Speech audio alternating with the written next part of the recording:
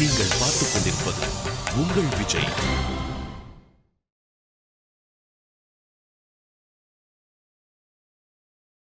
எல்லாரும் போங்க. அட போங்க. போங்க போங்க.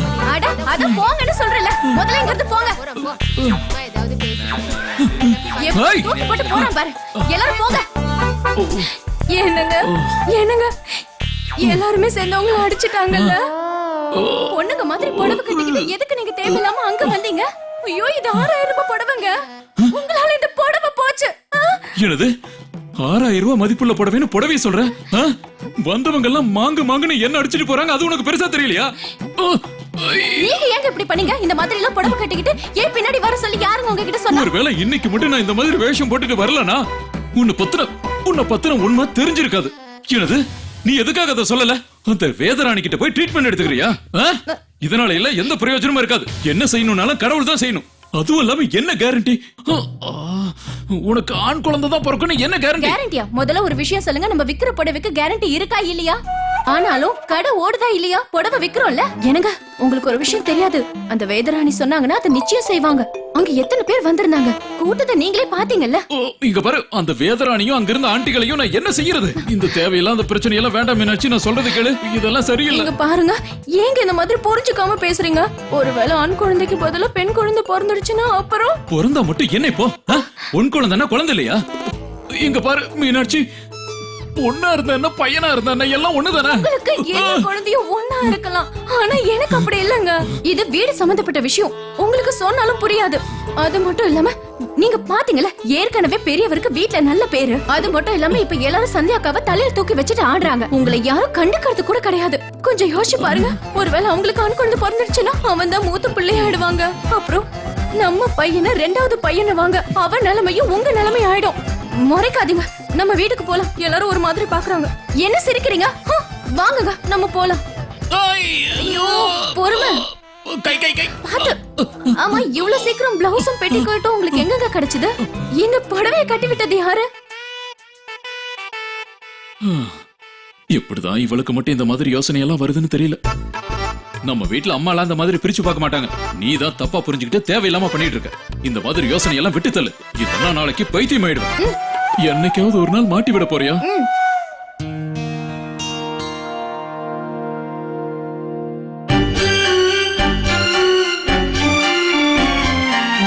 என்னங்க பெரியவரு சந்தியாக்காவும் வந்துட்டாங்க. சீக்கிரம் ஆகட்டும், இல்லன்னா போலீஸ்காரமா இங்க வந்து என்கொயரி ஆரம்பிச்சிருவாங்க. நீங்க 2 பேரும் என்ன பண்றீங்கன்னு வாங்க, சீக்கிரம் வாங்க.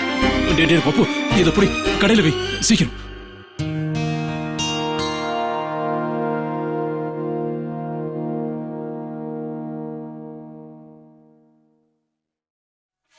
எனக்கு கொஞ்சம் பொறுமையா தான் போகலாம்ல, உங்களுக்கு என்ன அவசரம்?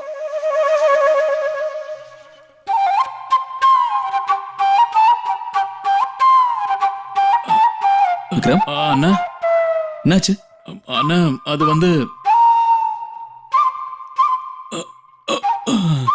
அண்ணா அது வந்து நேத்து கொஞ்சம் அதிகமா எக்ஸசைஸ் பண்ணிட்டேன். அதான் கொஞ்சம் இடுப்பு வலியா இருக்கு. மத்தபடி வேற ஒண்ணும் இல்ல. பால்ல மஞ்சள் போட்டு குடி. சரிங்கண்ணா.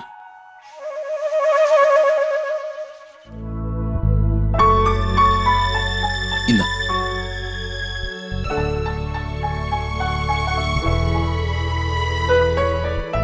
மறக்காம மஞ்சள் போட்டு பால் குடிச்சிருந்தா. மஞ்சள் போட்ட பால் கொடுத்தா கொஞ்சம் நல்லா இருக்கும்ல. அந்த பாலை பத்தி விடுங்க. பாத்தீங்களா உங்க தங்கச்சிய? அவளோட அண்ணனுக்கு மட்டும்தான் தண்ணிய கொண்டு வந்து கொடுத்தா.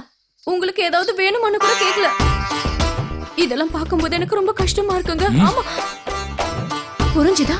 இதுதான் வித்தியாசம், பெரியவங்களுக்கும் சின்னவங்களுக்கும் இருக்கிற வித்தியாசம். வேணாங்க, எனக்கு ஆண் குழந்தை தான் வேணும். ஆண் குழந்தை. மீனாட்சி, சொல்லுங்க அத்தை, கொஞ்சம் சீக்கிரமா ஆகட்டும். சவிதா செஞ்சதும் தப்பு தானே? அண்ணனுக்கு தண்ணி வேணுமான்னு கேட்டா, ஆனா அவ என்ன எதுவும் கேட்கலையே. ஆனா அவ அண்ணன் கிட்ட போய் கேட்டதுக்கு 500 ரூபாய் கொடுத்தாரு. 500 ரூபாய் கொடுத்து நான் எதுக்கு தண்ணி குடிக்கணும்? எனக்கு அவசியமே இல்லையே.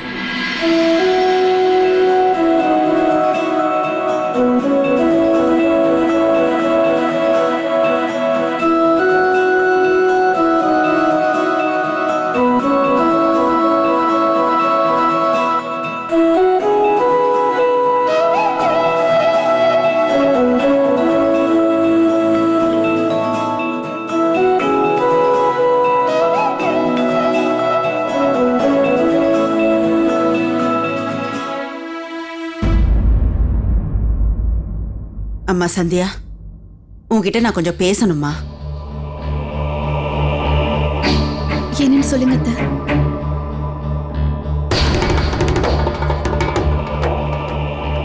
அது வந்துமா, சூர்யா எடுத்திருக்கிற முடிவை நினைச்சு எல்லாரும் சந்தோஷப்படுறாங்க. ஆனா எனக்கு ஒண்ணும் புரியல.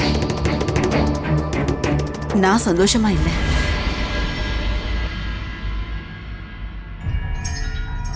சரியா 15 வருஷத்துக்கு முன்னாடி ஒரு 14 வயசு பையன் அவனோட குடும்பத்தை காப்பாத்துறதுக்காக அந்த ஸ்வீட் கடையை பாத்துக்கிற பொறுப்பை ஏத்துக்கிட்டான். ஆனா அப்போ அவனோட வருங்காலம் எப்படி இருக்க போகுதுன்னு கூட தெரியாது. என் புள்ள சூர்யா அவனோட நல்ல சுபாவத்தால, நல்ல மனசால, கடுமையான உழைப்பால நல்ல பேரை சம்பாதிச்சான். அவங்க எல்லாம் கஸ்டமருங்க இல்ல, அவங்க எல்லாரும் எங்க குடும்பம் மாதிரிதான். அவன் அவ்வளவு கஷ்டப்பட்டதாலதான் இன்னைக்கு எந்த ஸ்வீட் கடைக்காரனா இருந்தாலும் என் புள்ள சூர்யாவோட கடைய ஒரு கோவிலா நினைக்கிறாங்க. ஆனா இன்னைக்கு அந்த கோவிலையே மூட வேண்டிய நிலைமை வந்திருக்கு. சந்தியா, அந்த கடையை பத்தி கூட எனக்கு கவலை இல்லை. ஆனா அதோட சம்பந்தப்பட்டிருக்கிற சூர்யாவோட வாழ்க்கையை பத்தி நினைச்சாதான் எனக்கு பயமா இருக்கு. அவன் இன்னைக்கு சம்பாதிக்கிறானா அது அவனோட குடும்பத்துக்காக மட்டும்தான். அளவு கடந்து சம்பாதிக்கணும்னு அவனுக்கு ஆசை இல்லை. இன்னைக்கு அவன் வீட்லயே உட்கார்ந்துட்டு இருந்தாலும் பணம் தரத்துக்கு அவங்க தயாரா இருக்கலாம். ஆனா என்னால முடியல. என்ன பொறுத்த வரைக்கும் அந்த 4 காசை விட என் புள்ள சூர்யாவோட சந்தோஷம் மட்டும்தான் முக்கியம். வேணும்னா நீ என்கிட்ட கேளு சந்தியா. அவனோட கையில அந்த கரண்டிய வச்சிருக்கும் போது என்ன பொறுத்த வரைக்கும் இந்த உலகத்திலே சூர்யா தான் ரொம்ப சந்தோஷமான மனுஷன்னு தோணும். அவன் கையால அவன் செஞ்ச ஸ்வீட்டை சாப்பிட்டு எல்லாருமே அந்த ருசியை அனுபவிச்சு சந்தோஷப்படும் போது சூர்யாவும் சந்தோஷப்படுவான். ஒரு விஷயத்த நல்லா புரிஞ்சுக்க சந்தியா. சுதந்திரமா இருக்கிற ஒரு பறவைய ஒரு கூண்டுக்குள்ள அடைச்சு வச்சு அது எவ்வளவு கஷ்டப்படும். இல்ல, இப்ப சூர்யாவுக்கு இதெல்லாம் தப்புன்னு தோணாது. அவன் விக்கிறது கடையே இல்ல, அவனோட சந்தோஷத்தை,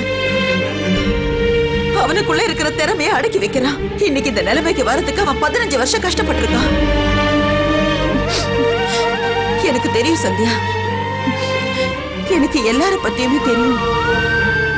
உன்னோட மாமனாரை தவிர மத்தவங்க எல்லாரும் வீட்டுக்கு நிறைய பணம் வரப்போகுதுன்னு சொல்லிட்டு இருக்காங்க. இங்க பாருமா, அம்மா அப்பாவால மட்டும் இல்ல, ஒரு மனைவியாலையும் புருஷ மனசுல என்ன இருக்குன்னு புரிஞ்சுக்க முடியும். புருஷனோட சந்தோஷம் தான் முக்கியம்னு அவன் நினைப்பா. அதுவும் இல்லாம எப்போ என் புள்ள நல்லா இருக்கணும்னு தானே நீ நினைச்சிருக்க. நீ நல்லா படிச்ச பொண்ணு, உனக்கு எல்லாமே தெரியும். சூர்யாவை பொறுத்த வரைக்கும் எது சரி எது தப்புன்னு உனக்கும் தெரியும். இப்ப நீயே சொல்லு, உனக்கு என்ன தோணுது சந்தியா? சூர்யா இப்ப எடுக்க போற இந்த முடிவு அவனுக்கு நிச்சயம் சந்தோஷத்தை தருமா?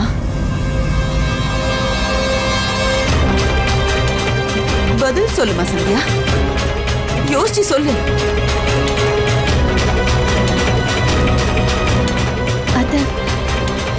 அது வந்து அம்மா, அம்மா கடைக்கு வாங்கம்மா, பூஜைக்கு நேரம் ஆயிடுச்சுல்ல, வாங்க. சரிப்பா.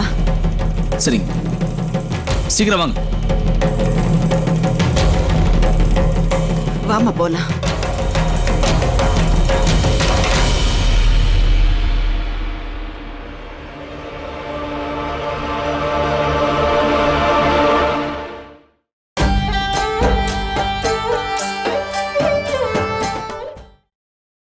நீங்கள் பார்த்துக் கொண்டிருப்பது உங்கள் விஜய்.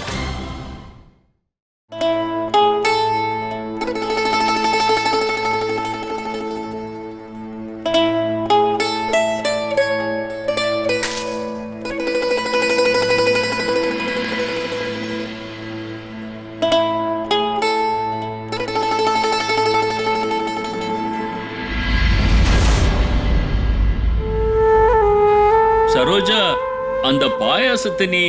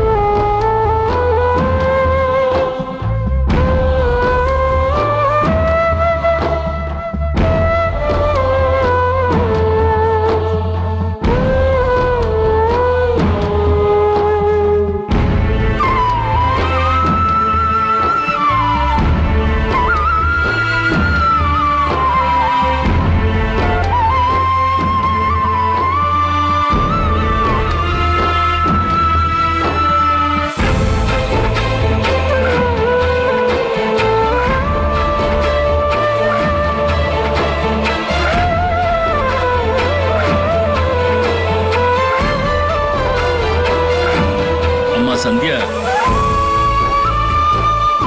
இங்க கீழே ஒரு ஸ்வஸ்திக் வரைஞ்சிருக்காங்கல்ல, கீழே சின்னதா ஒன்று இருக்கு பாரு. 15 வருஷத்துக்கு முன்னாடி முதலா சூர்யா இந்த பொறுப்பை ஏத்துக்கிட்டப்போ அதை நாங்க இங்க வரைஞ்சோம்மா.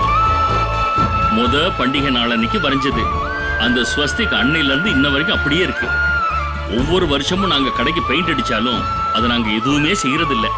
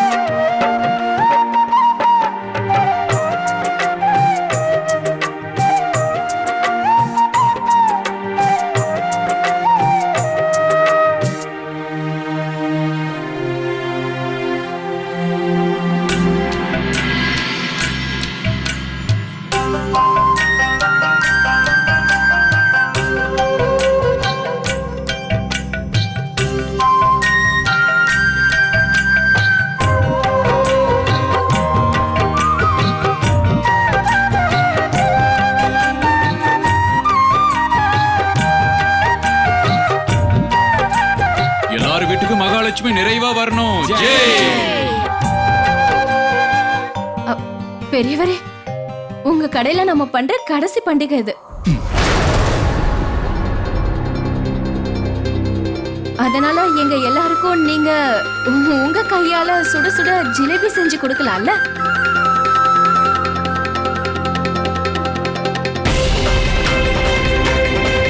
சரி மீனாட்சி, இன்னைக்கு உங்க எல்லாருக்கும் நானே என் கையால் அருமையான ஜிலேபி செஞ்சு தரேன். எல்லாரும் சந்தோஷமா சாப்பிடுங்க.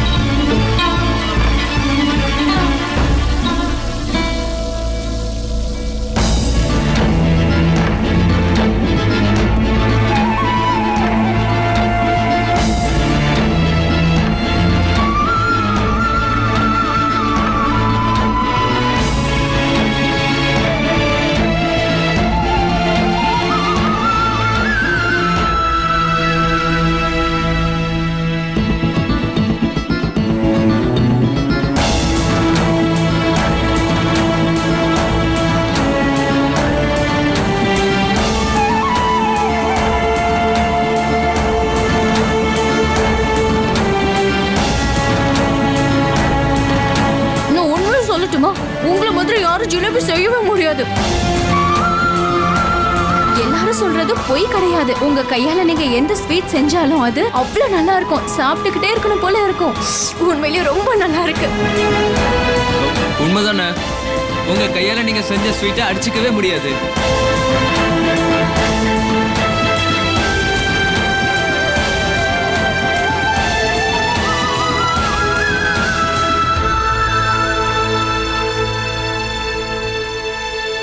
என்னாச்சு சோட்டு? ஏன் சாப்பிட மாட்டேங்கிற?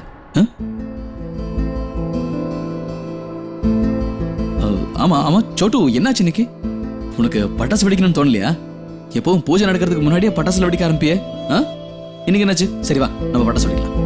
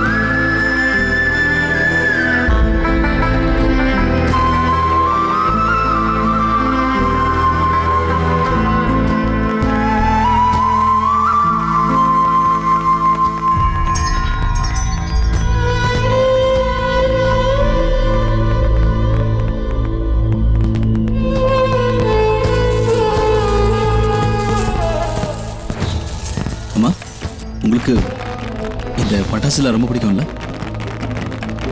இங்க நான் உங்களுக்கு பட்டாசு கொண்டு வரேன்.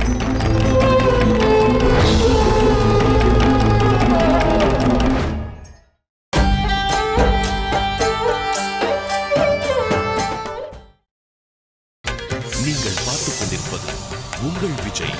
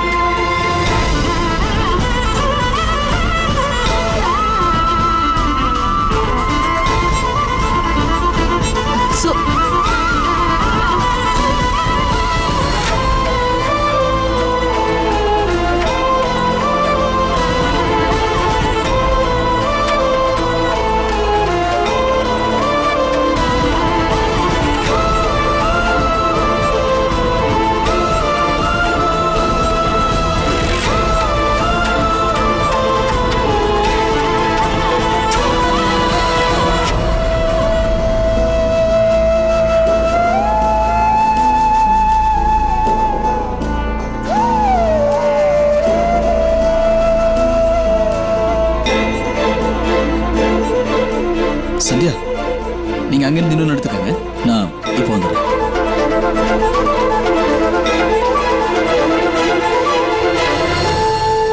அம்மா, மணி 8 ஆயிடுச்சு.